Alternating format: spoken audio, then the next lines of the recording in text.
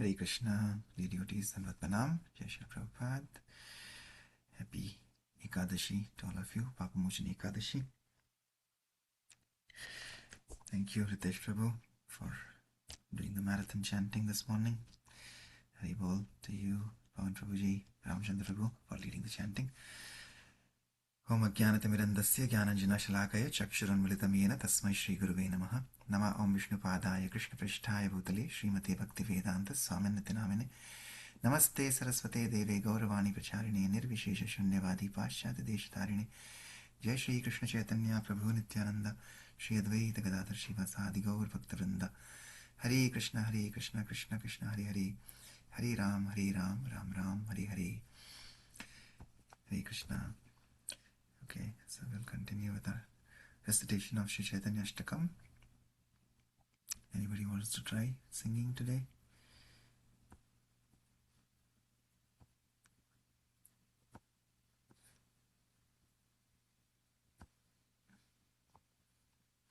Okay, then I will continue. Sadopasya Shriman Dhritamanujakayahi Pranayitam Vahadbhirgirvaణैर् Girisha Parameshti Prabhritibi Svabhaktebhya Shuddhasm Nija Bhajana Mudram Upadishan Sachaitanya Kim Me Punarapi Drishoryasya Padam Sureshanam Durgam Gatiratishayenopanishadam Muninam Sarvasvam Pranatapatalinam Madhurima Viniryasaha Premno Nikhila Pashupalam Bhujadrisham Sachaitanya Kim Me Drisha Punarapi Drishoryasya Padam Swarupam Vibrano Jagadatulam Advaita Daitaha Prapanna Shrivaso Janita Paramananda Garima Harir Dino Dhari Gajapati Kripo Sekataralaha Sachaitanya Kim Me Punarapi Shoryasati Padam Rasoddama Kamar Buddha Madhura Dhamojjwalatanur Yatinam Uttam Sas Taranikara Vidyoti Vasanah Hiranyanam Lakshmi Varamabhivavan Angikarucha Sachaitanya Kim Me Punarapi Drishoryasya Padam Hare Krishnetyuchai Spuritarasano Nama Ganana Krita Granthi Shreni Subhaga Kati Sutrojvalakaraha Vishalaksho Dirghar Galayugala Khelanchita Bhujaha Sachaitanya Kim Me Punarapi Drishoryasya Padam Payorashe Stire Spuradipavanali Kalanaya Muhurvrindaranya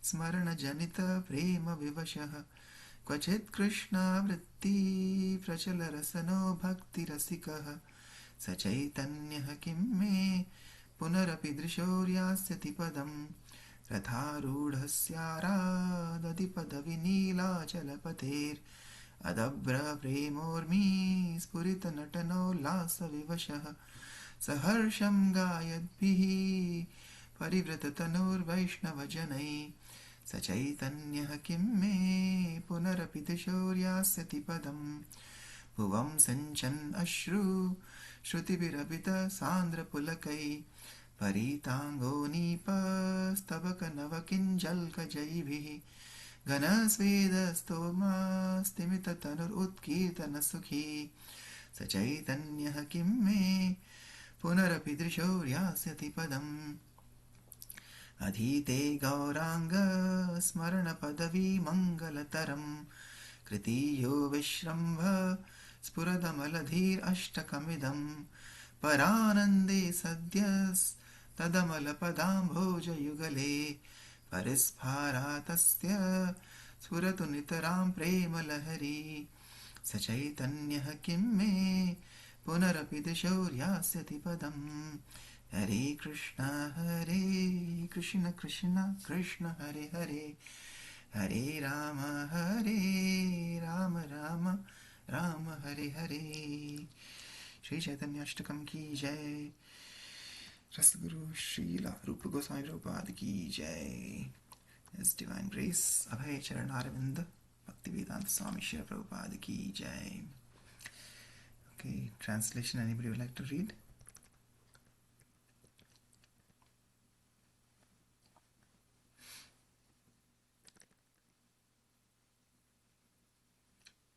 Alright, I can continue then. Translation. Lord Chaitanya Mahaprabhu is always the most worshipable deity of the demigods, including Lord Shiva and Lord Brahma, who came in the garb of ordinary men, bearing love for him. He instructs his own pure devotional service to his own devotees. Will he again become visible before the path of my eyes? Sri Chaitanya Mahaprabhu is the protector of the demigods, the supreme goal of the Upanishads, the be-all and end-all of the great sages, the beautiful shelter of his devotees, and the essence of the love of the lotus-eyed gopis. Will he again be visible before the path of my eyes? Sri Chaitanya Mahaprabhu has manifested his own form, which cannot be compared to anything in the material universe. He is very dear to Advaita Acharya, and Srivas Pandit is surrendered to him. He is very respectful to Paramananda Puri. He takes away the ignorance of the material world and delivers the conditioned soul suffering from the threefold misery. He showered his mercy on Maharaj Prataprudra, the king of Orissa. Will he again become visible before the path of my eyes? Sri Chaitanya Mahaprabhu becomes maddened by tasting the mellows of devotional service. His effulgent form is the abode of sweetness for millions of cupids, and he is the crest jewel of sannyasis. His garments display the effulgence of the sun, and the splendor of his body eclipses the beauty of gold. Will he again become visible before the path of my eyes? Sri Chaitanya Mahaprabhu chants the Hare Krishna mantra in a loud voice, the holy name dancing on his tongue as he counts the number of recitations on a beautiful knotted string held in his effulgent hand. His eyes are large, and his long arms, bending as he performs his pastimes, reach down to his knees. Will he again become visible before the path of my eyes? Sri Chaitanya Mahaprabhu is the topmost of all devotees. Sometimes while walking on the beach, he would see a beautiful garden nearby and mistake it for the forest of Vrindavan. He would thus be completely overwhelmed by ecstatic love of Sri Krishna and begin to chant the holy name and dance. His tongue worked incessantly as he chanted, Krishna, Krishna. Will he again become visible before the path of my eyes? Sri Chaitanya Mahaprabhu danced down the main road in great ecstasy before Lord Jagannath, the master of Nilachal, who was sitting on his car, overwhelmed by the transcendental bliss of dancing and surrounded by the Vaishnavas who sang the holy names. He manifested waves of ecstatic love of Godhead. Will he again become visible before the path of my eyes? Sri Chaitanya Mahaprabhu became joyful during the loud chanting of the holy names, and he sprinkled the earth with showers of tears. All the hairs of his body, standing on end, appeared like beautiful filaments of fresh kadamba blossoms, and his body glistened with profuse perspiration. Will he again become visible before the path of my eyes? May the great ocean, full of waves of pure love, for the white lotus flowers of the feet of Sri Chaitanya Mahaprabhu become immediately manifested at every moment to whatever pious person reads these 8 most auspicious verses, his pure intelligence shining with faith as he meditates on Lord Gauranga. Hare Krishna. Okay, let's continue with our reading of teachings of Lord Kapila. So we are seeing how to understand the transcendental activities of the Lord, and Chaitanya Mahaprabhu, as we were reading the prayer, himself is teaching us by coming in the mood of purest of pure devotees, the mood of Srimati Radharani, in terms of how to become that pure devotee of the Lord. So, because in Bhagavad Gita he said, Sarvadharman Parityajya Mamekam Sharanam Vraja, but so he said, you abandon all varieties of religion and surrender unto me, but he never said he never explained how to surrender. So now he has himself come again in the mood of Srimati Radharani in the form of Sri Chaitanya Mahaprabhu, the golden avatar, to teach us how to surrender and how to understand the Lord's activities. Right? Only when we surrender with sincerity, with genuine heart, then, as we read yesterday here, Srila Prabhupada is saying in this Bhagavad Gita verse that Supreme Lord reveals himself to his devotees. Right? So it's not by our own endeavor. We may do our sadhana, but if there is no sincerity, if there is duplicity, then the Lord reserves His right to reveal Himself to us. Right? So just on the power of our sadhana, just on the power of our endeavor, we cannot achieve the Lord. We cannot see the Lord. We cannot feel the Lord. It is only by His mercy and His mercy alone that He reveals Himself to His sincere devotees. So our only endeavor should be to become sincere and not have any duplicity in our heart. Right? We have to understand that this is the only way. If we have attachments to other things, then yes, then Krishna also will reserve His right to keep Himself attached to His holy abode, and He will not reveal Himself in our hearts. But if we come to the point that no, this is the only way, the only way, the only way, there is no other way, no other way, no other way, then yes, then the Lord takes note, and then He gives us the taste to chant His holy names. As a whole, everything that we are trying to do, as we are saying, is we start with Shravanam, the attentive hearing. Then we get to Kirtanam, when we are able to chant the glories of the Lord, only when we are able to sincerely chant. And we have to just repeat what we have heard from our acharyas. Don't have to manufacture anything new. So Shravanam, Kirtanam, then comes remembrance of the Lord, right? And then ultimately, we get, as we continue to have more and more remembrance of the Lord, we start developing love for the Lord. And yes, the Lord gives us the taste. When we have that nishtha, firm determination, firm faith, then we get to ruchi, which is the higher taste. And then we have taste for the holy names, and then we are able to chant the holy names continuously, incessantly, as Chaitanya Mahaprabhu himself is teaching. Incessantly is chanting Krishna, Krishna, dancing like a madman. For the outside world it looks like a madman, but for the devotees, for the Vaishnavas, that is the pure bliss. So that is why we chant and we dance in our kirtans. Okay, let's continue here. Chapter 3. It is our business to understand Krishna in truth. Then our lives will be successful. It is not that we can succeed by understanding Krishna superficially. It is therefore stated here, Tani me shraddha dhanasya kirtanyani anukirtaya. The word anukirtaya, as we have initially pointed out, means that we should not manufacture anything. The word anu means to follow. Therefore, the Bhagavad Tattva or Bhagavan can be understood only by the parampara system, the system of disciplic succession. Evam parampara praptam imam rajarshayo viduhu sa kale nihamahata yogo nashta parantapa. This supreme science was thus received through the chain of disciplic succession, and the saintly kings understood it in that way. But in due course of time, the succession was broken, and therefore the science as it is appears to be lost. Srimad Bhagavad Gita 4.2. Formerly the kings, rajas, were great saintly persons. They were not ordinary people engaged in drinking and dancing.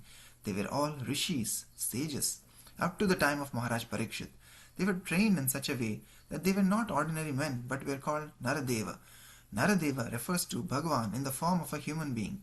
The king was worshipped because he was a Raja Rishi, both a king and a sage. Sri Krishna says that if the king knows the purpose of life, he can rule well. If he does not, he thinks that eating, sleeping, sex and defense are all in all. In this case, his subjects live like animals. Today, no one knows the object of human life. Therefore, although the foolish people of this age are trying to be happy, their hopes will never be fulfilled. Na te vidu swarthagatim hi vishnum durashayaha. People are trying to be happy in this material world by accepting material objects, but their plans will never be fulfilled. Therefore, in world history, we see that there have been many leaders who have died working hard. They could not adjust things properly despite all their hard efforts. There were Napoleon, Hitler, Gandhi, Nehru and many others, but they could not ultimately prevail. This is Durashaya. The ultimate goal of life is to understand Vishnu, yet people are going on blindly trying to satisfy their senses. If one blind man tries to lead another, what is the result? If both the leaders and followers are blind, they will all fall in a ditch, for they are all bound by their nature. Shravanam, Kirtanam, hearing and chanting are the beginning of bhakti, devotional service.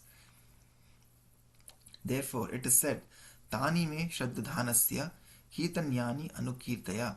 The word anukirtaya means to follow the parampara system. First of all, we must receive the information from authorities. Then we can speak the truth. One first has to learn how to describe the absolute truth, Bhagavan, his actions, his mercy, and his compassion upon all living beings. The Supreme Lord is more anxious to give us education and enlightenment than we are to receive them. He gives us his literature, his devotees, and the Parampara system, but it is up to us to take advantage of these. The Krishna consciousness movement is intended to give society the proper understanding of the absolute truth. We are not presenting a manufactured, bogus philosophy. Why should we unnecessarily waste our time concocting some philosophy? There is so much to be learned that has already been given by the Supreme Authority. All we have to do is take this Vedic literature, try to learn it and distribute it. That is Chaitanya Mahaprabhu's mission. Bharat Bhumi te haila manushya janmayar janma sarthaka kari kara paropakar. Chaitanya Charitamrita Adilila 9.41. It is the duty of everyone, especially one born in the land of Bharatvarsha, India, to make his life successful by taking advantage of this Vedic literature. Unfortunately, we are simply trying to learn technology, and that is our misfortune. Real education means solving all life's problems. Transcendental education means learning how to gain relief from the entanglement of material life. This is made possible by learning about the Lord's transcendental activities. Hare Krishna. Chapter 4. Approaching a bona fide Guru. Shri Suta Vacha. Dvaipayana sakhastvevam maitreyo bhagavams tatha prahedam viduram prita anviksikyam prachoditaha. Sri Suta Goswami said, the most powerful sage Maitreya was a friend of Vyasadeva's. Being encouraged and pleased by Vidura's inquiry about transcendental knowledge, Maitreya spoke as follows. Questions and answers are very satisfactorily dealt with when the inquirer is bona fide and the speaker is also authorized. Here, Maitreya Muni is considered a powerful sage, and therefore he is also described as Bhagavan. This word can be used not only for the Supreme Personality of Godhead, but for anyone who is almost as powerful as the Supreme Lord. Maitreya is addressed as Bhagavan because he was spiritually far advanced. He was a personal friend of Dvaipayana Vyasadeva, a literary incarnation of the Lord. Maitreya was very pleased with the inquiries of Vidura because they were the inquiries of a bona fide advanced devotee. Thus, Maitreya Muni was encouraged to answer. When there were discourses on transcendental topics between devotees of equal mentality, the questions and answers are very fruitful and encouraging. This is the Vedic process for receiving knowledge. One must approach the proper person, the Guru, and submissively listen to him expound transcendental knowledge. As Shri Krishna advises in the Bhagavad Gita 4.34, Tadvidhi pranipatena pariprashnena sevaya upadekshanti te jnanam jnaninas. Just try to learn the truth by approaching a spiritual master, inquire from him submissively, and render service unto him. Transcendental knowledge is not very difficult, but the process must be known. Sometimes a dictating machine or a typewriter may not work, but if we go to a technician who knows the machine, he can immediately repair it. The process must be known. If one goes to a ditch digger to repair a dictating machine, he cannot help. He may know how to dig ditches, but not repair a machine. Therefore, the Shastras enjoin that if one wants transcendental knowledge, one must approach the proper person. The word tad vijnana refers to transcendental knowledge, not material knowledge. A medical practitioner may have material knowledge of the body, but he has no knowledge of the spirit soul within. He simply studies the mechanical arrangement of the body, which is a machine, yantra, made by nature. The body is actually stated in the Bhagavad Gita 18.61 to be a machine. Ishvara sarvabhutanam hriddeshe arjuna tishtati brahmayan sarvabhutani yantrarudhani mayaya. The Supreme Lord is situated in everyone's heart, O Arjuna, and is directing the wanderings of all living entities who are seated as on a machine made of the material energy. For those who are attached to this bodily machine, the yoga system is recommended. One who is overly attached to the bodily conception is taught to concentrate the mind by some physical gymnastics. Thus, in the Hatha Yoga, one undergoes various physical disciplines, but the real purpose is to understand Vishnu, the Supreme. The various yoga systems are given for the machine of the body, But the process of bhakti is transcendental to mechanical arrangements. It is therefore called tad vijnana, transcendental to material understanding. If one actually wants to understand spiritual life and spiritual knowledge, one has to approach a guru. The word guru means heavy, heavy with knowledge. And what is that knowledge? Tad vijnana. That heaviness is Brahmanishtha, attachment to Brahman and to Parabrahman, Bhagavan. That is the Guru's qualification. Brahmani upa shama shrayam. According to Mukunda Upanishad 1.2.12, Tad Vijnanartham Sagurum Evapi Gachet. In order to understand that transcendental science, one must approach a bona fide spiritual master. Similarly, as stated in the Srimad Bhagavatam 11.3.21, Tasmad Gurum Prapadyeta Jigyasu Shreya Uttamam. Any person who seriously desires to achieve real happiness must seek out a bona fide spiritual master and take shelter of him by initiation. The Upanishads inform us that the Guru is one who has received knowledge by hearing the Vedas. Shrotriyam Brahmanishtham. The Vedas are called Shruti, and the bona fide Guru is in line of hearing from the disciplic succession. As stated in the Bhagavad Gita 4.2, Evam Parampara Praptam.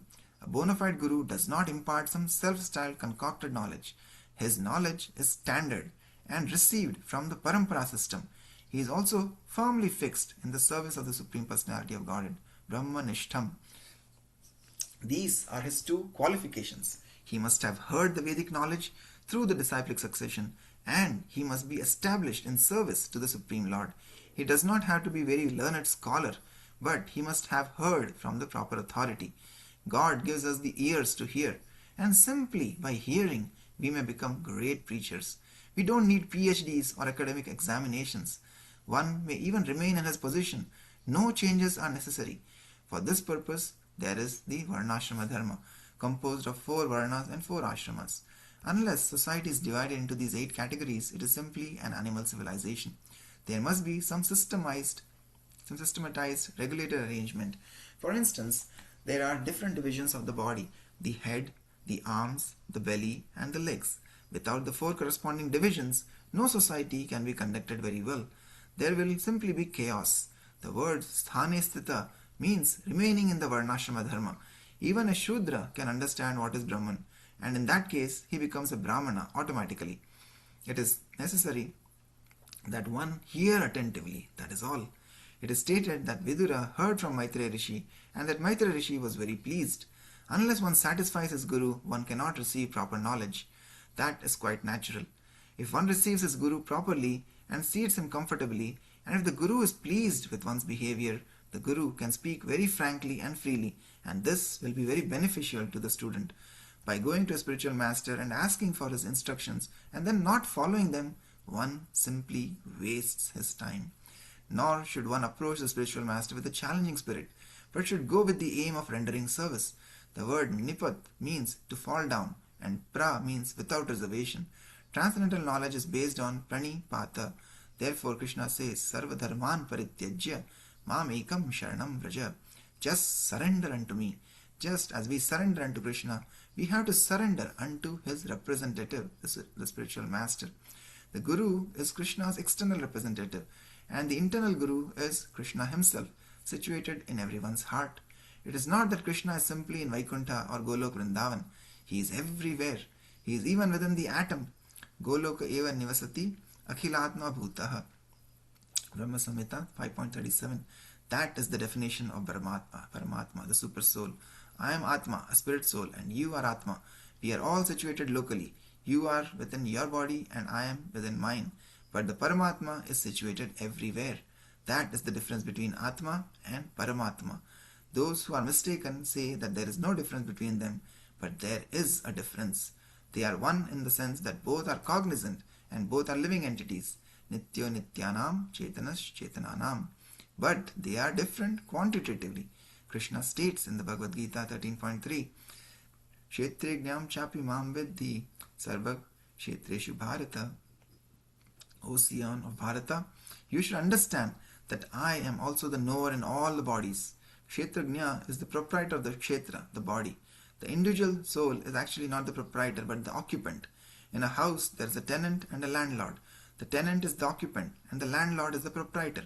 Similarly, the Atma is simply the occupant of the body. The proprietor is Paramatma. When the landlord tells the tenant to leave the house, the tenant must do so.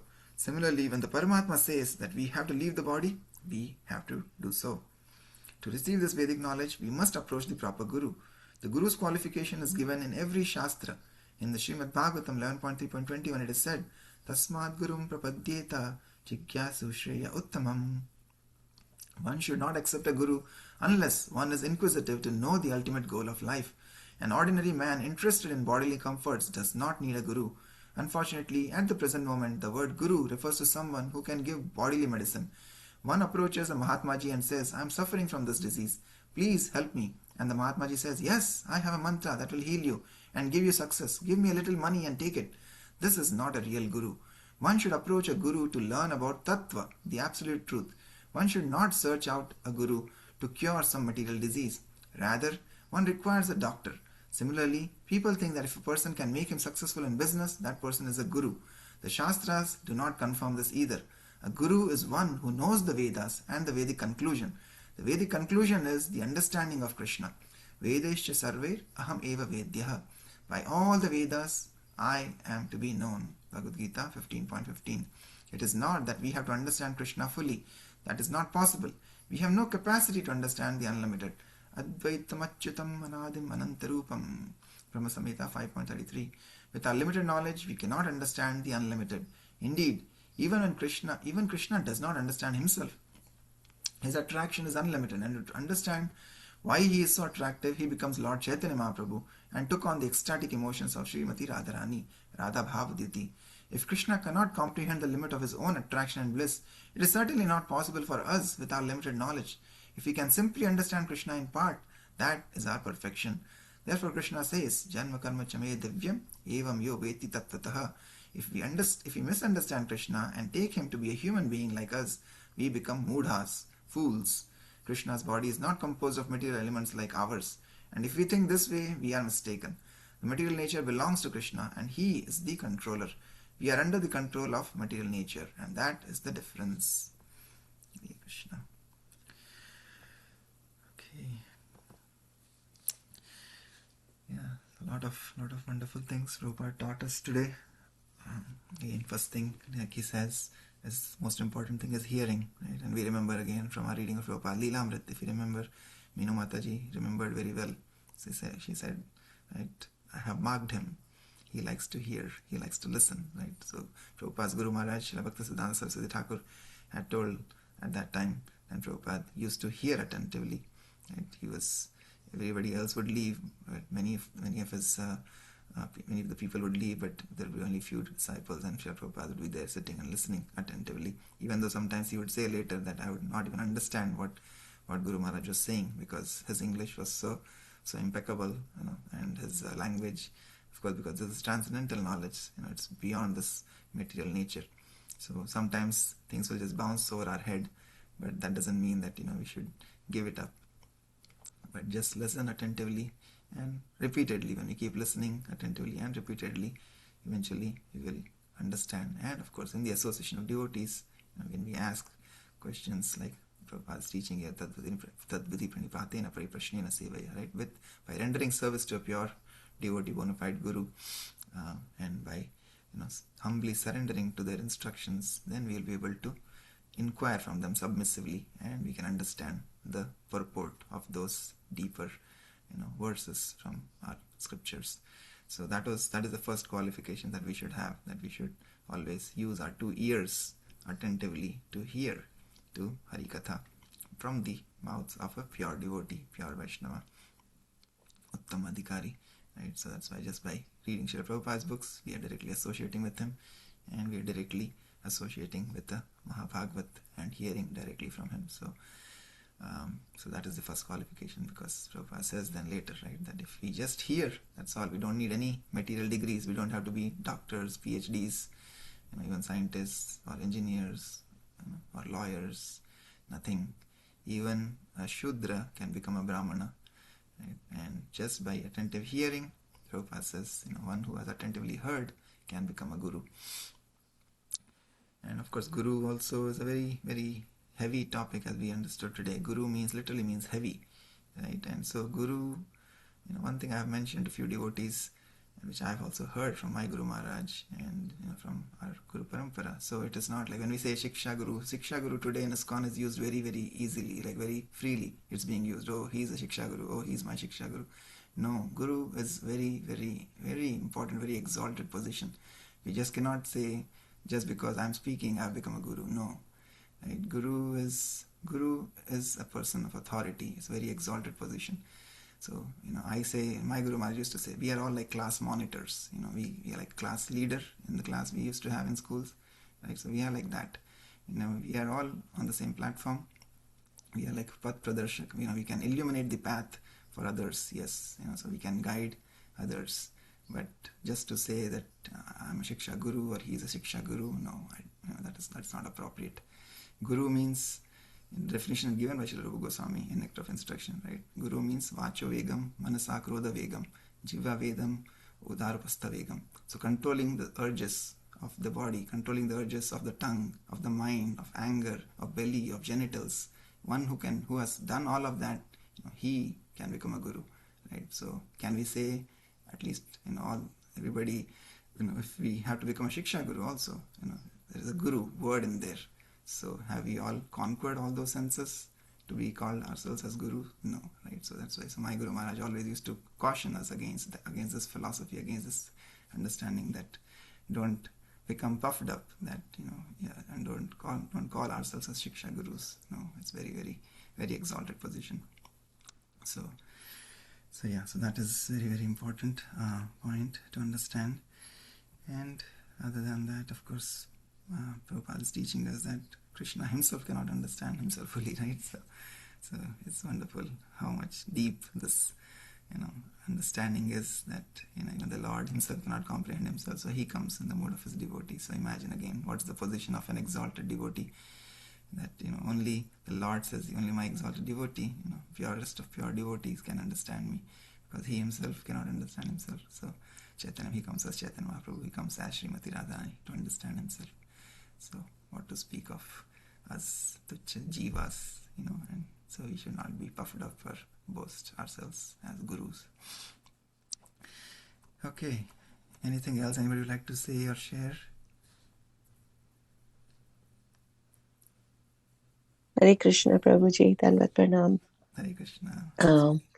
You talked about hearing, so one of the main characters that I could think of hearing from Ramayana is Kumbhakaran. The name itself says one with the large ears. He liked also to hear, but he only wanted to hear his praises. So when Sugriv fought with him, first thing Sugriv did was to bite off his ears. That is, take off the ability to hear false glories, so you don't get puffed up, you don't get that egoistic mind um, about yourself. So Kumbhakaran is a prime example that we don't want to become Kumbhakaran. We need to become humble. If we want to hear, it should be the glories of the Lord. So just something I thought while you were talking there. Thank you, Prabhuji. Krishna. Thank you for always bringing Sri Krishna and Sri Ram together. Hare Krishna. Alright, anybody else would like to say anything? Okay. Alright, so it's happy Ekadasi, and on Ekadasi, yes, we observe some austerities of body, austerities of mind. So yeah, we can, as we always, fast, and of course the best austerity is to chant the holy names. So if we are, whatever we are chanting, we can chant a little extra, maybe one round extra. On Ekadashi, it's always more auspicious to connect with the Lord through His holy names. This is the best medicine, best process of devotional service in this day and age. So on Ekadashis we can do that. Alright, thank you so much. Vanchakalpatarubhyascha kripa sindhubhya evacha patitanam pavanebhyo vaishnavebhyo namo namaha. Anantakoti Vaishnavindi ki jai, Jagadguru Srila Prabhupada ki jai. Srila Prabhupada its transcendental purports to teachings of Lord Kapila Dev ki jai. Nitai Gaur Premanande. Hari Hari Bol. Hari Hari Bol. Hare Thank Krishna. you, and have a great day, Thank you, everyone. Krishna. Hare Thank you, Krishna. and thank you, dear devotees. Thank you. Hare Krishna.